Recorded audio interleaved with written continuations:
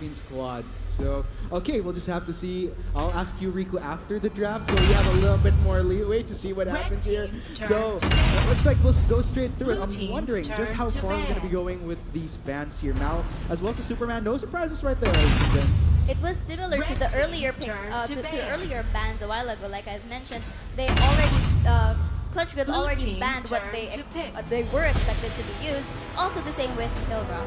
Yeah, it's a 50-50% for Resurgence to make a Senial composition work. And I guess it all comes down to the side lanes because we've witnessed sometimes you plays it at DS lane, sometimes you plays it at Abyssal Dragon at the AD lane. But I feel like they're going to be picking the same picks from earlier. Yep. I bet it's going to be a little bit different once that third rotation comes in on the red side. Yeah, so this is the point where we kind of had that halt right there. Interesting enough, Murad as well as the Arthur gonna be locked in. So lots of whammy power to Clutch Guild here so far. I see a little bit of a smirk here from you, Riku. What are your thoughts? Well, the thing is, Murad is a very tricky hero to pull off. Again, it's very reliant on having your stacks in to activate your temporal turbulence, or else you're just pretty much sort of useless in team fights at some point. Maybe additional utility. Lindis Prada being locked in. So, Prada, very strong pick. So effective during this tournament. Wow. That's right.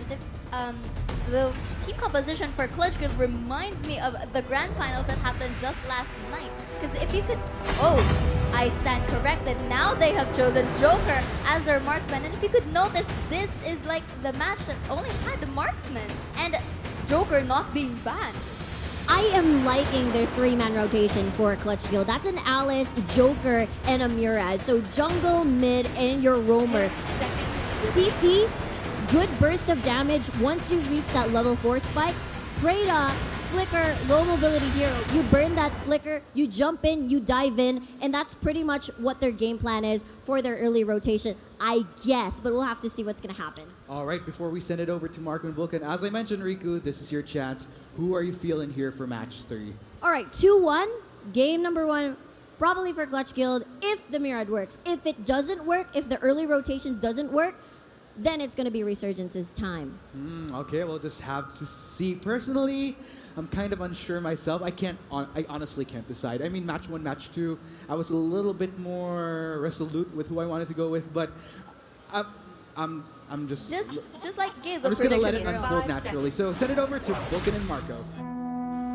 So thank you so much for that, Arctic. Everyone watching in Molavision Arena, sorry, at the Atrium Hall, we welcome you all to join in the fun. Match 3 is starting right now for Game 1. Resurgence on the blue side versus Clutch Guild on the red side. Already we're seeing here some interaction in the red side. We're seeing invasion happening by Clutch Guild. Now they call dips in the Mycons area. We're seeing the Arduino in this side, and we're seeing a zone out from Clutch Guild. An invade, a successful invade.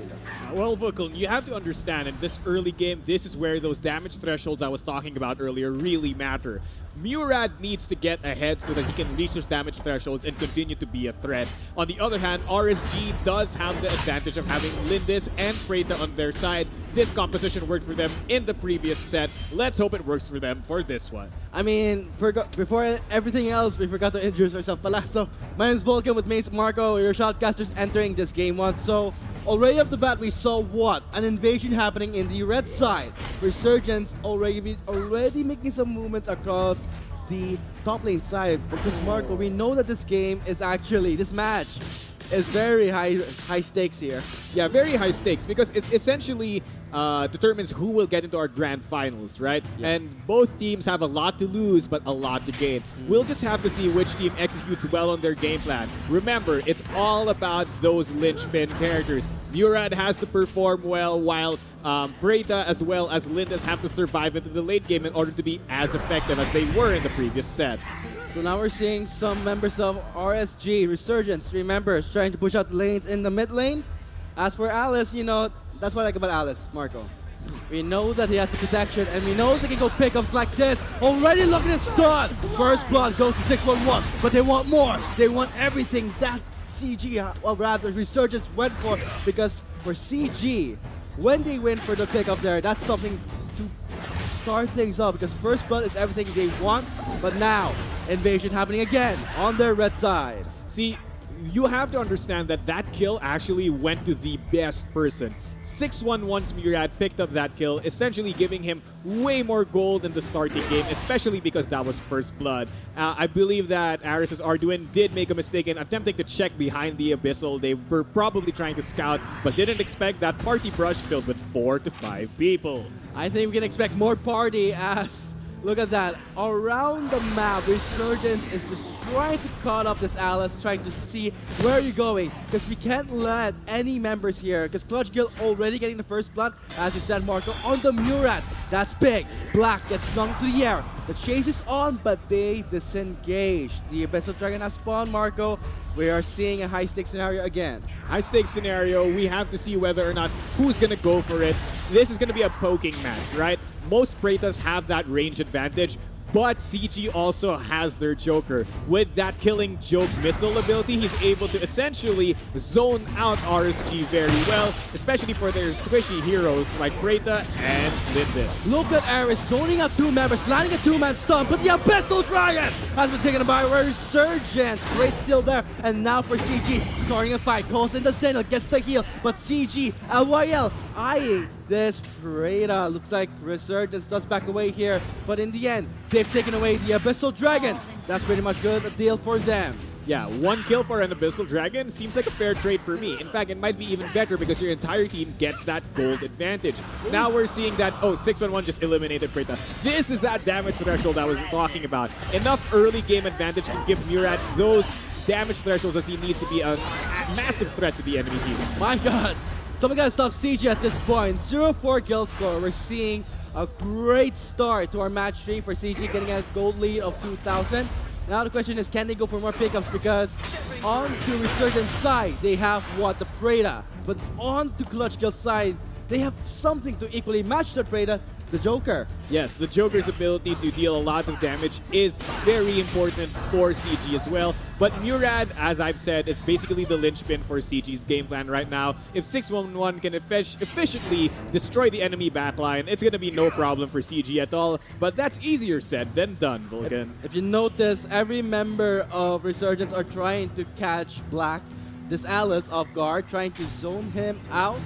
Doesn't want him to join in the fight because we know that that stun from the Alice can initiate everything in favor for Resurgence. So it's a matter of time for Clutch Guild to just zone them out and take out the members. So I think we're seeing a rather stalemate here, Marco. Yeah, it's a stalemate. It's what I'd like to call a holding pattern. Both of these teams are feeling each other out, wondering what should they do, where are we going to engage, especially with all the objectives currently down. It's not a lot of things look to at the deal damage onto the Praeta. LYL so close and taking down Linky. So Praeta has to be careful, but now they're focusing onto the Joker. LYL is forced out of the fight, and now Arthur is trying to back away. That's the knockup, connecting onto the Arthur. Goes in with the ultimate, a pile up in the mid lane as Resurgence will turn things around, but Clutch Guild has the Joker going back here. Now the Murad, pretty bad here. First blood, yes! Double kill, making a triple over the wall, but it's going to be Cephas. Crowd cheers as Clutch Guild goes for a sweep.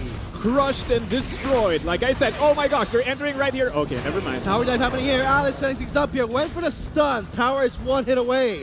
Well, looks like things will start things off here. Watch out for the Alice, everyone. You land that stun, you know that something is going to happen. You know, I thought CG was actually going to lose that team fight until Murad came to the rescue. Like I said, 611 is delivering on that Murad promise. He's currently the highest level character on the map and is double the level of the opponent Arduin. So we can see that Murad's reached not only that damage threshold but has snowballed right now. Let's hope they can take this to victory. Is it fit? Great slow. That's something they need to go to Ares. That's the Joker taking him down. That's good. We know that for Resurgence, they've lost Ares. So now with CG eyeing this mid lane outer tower, they're going in for a dive. They're going in onto the Praeta. Linking, you're too squishy, but XTD oversteps, backing away. He survives for now, but Ascendio is making some room in the mid lane. But the Murad 611 goes to the back lane, takes down the Praeta. Another tower dive by LYL. Can he get the killing joke? Ah, no, guys, he just missed it. But it's not yet over. We're seeing CG invading their side. There's the Hesipet for the slow, but looks at the Lugo, not yet over. Gets the back of under the high tower. Looks like we're seeing the Lindis going from the blue side. I think for Clutch Guild, they're pretty much tired from that clash. We'll just go for a mini reset. Maybe they can hide the Abyssal Dragon. They have to retreat at that point because their Murad didn't have enough stacks for his ultimate to proc, right? A lot of Murad's effectiveness is contingent on his ability to use Temporal Turbulence. So without Temporal Turbulence, Murad had to retreat. Therefore, CG entirety had to retreat. Remember that half of their kills are on Murad, so if Murad goes down, CG's effectiveness goes down.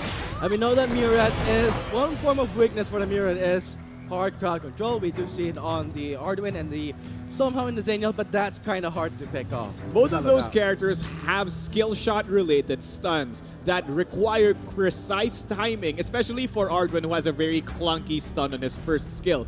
These may seem like a great Murad counter Vulcan indeed. However, it's going to require a lot of skill to hit that on a competent Murad player. And as we're seeing right here, 611 is way more than competent. I think it's pretty much smooth in this game because getting up a first blood, that's a good start for any Murad player, while CG want to start this match 3 on a good note. XTD does back up. He gets ganked by Ares. There's the stun. There's the lockdown. There's the knockdown. He's not going anywhere. But across the map, we are seeing equal trades. 1-for-1 trade, but in opposite lanes. It seems that both teams have decided to just push the opposite side lane, and this might be very interesting because in a contest between pushing, RSG has that advantage because of their marksman Lindis right there. Joker has left the bottom lane, therefore totally neutering their ability to siege those towers. But I think something worth pointing out here, Marco, is that in that Dark Slayer lane, it's going to be easier for Resurgence to make some room for themselves. So now we're seeing the members of CG going for a scout. Two-man knockup, that's good. Can you survive from that pickup? No. LYL on this Joker is something. They don't want to give a kill there. Now they're feeling confident. Going towards the mid lane, Resurgence backing off. It seems that Ares is having a hard time getting caught out. He keeps trying to check the bush, keeps trying to scout, but keeps getting ganked by 4 people at the same time. He might want to stick closer to his team in order to be more effective, especially for a character like Arduin who deals no damage. That was such a close call for Resurgence, getting stunned near the range of the other champions for Clutch Guild. But now we're seeing CG going for a steal on the Sage Golem. Really making some room for themselves in the Dark Slayer lane. Yeah, it seems like they're going to attempt the Dark Slayer right here. Murad's going to start on it. And this is very good, right? They were able to push and pressure those side lanes, and they're able to now take that Dark Slayer because of the space they've created, especially because Lindis is on the opposite side of the map. Oh, this is bad news for Resurgence. Dark Slayer bomb in the hands of Clutch Guild. That's what they want. Onto Muache. Lubocanics here. Enema calls in the Angel. There's the heal on their tower. Ben is taking a hit here. He does dance around the tower. That's going to be CG.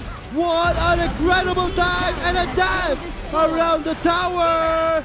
CG's diving like heck. You know what? You can afford to when you're Murad 7-0-4. My goodness, there's nothing that Lindis can do right now, especially because she will instantly get deleted the moment she tries anything right now. There you go, and that ends the first game with Clutch Guild winning. Winning this match, so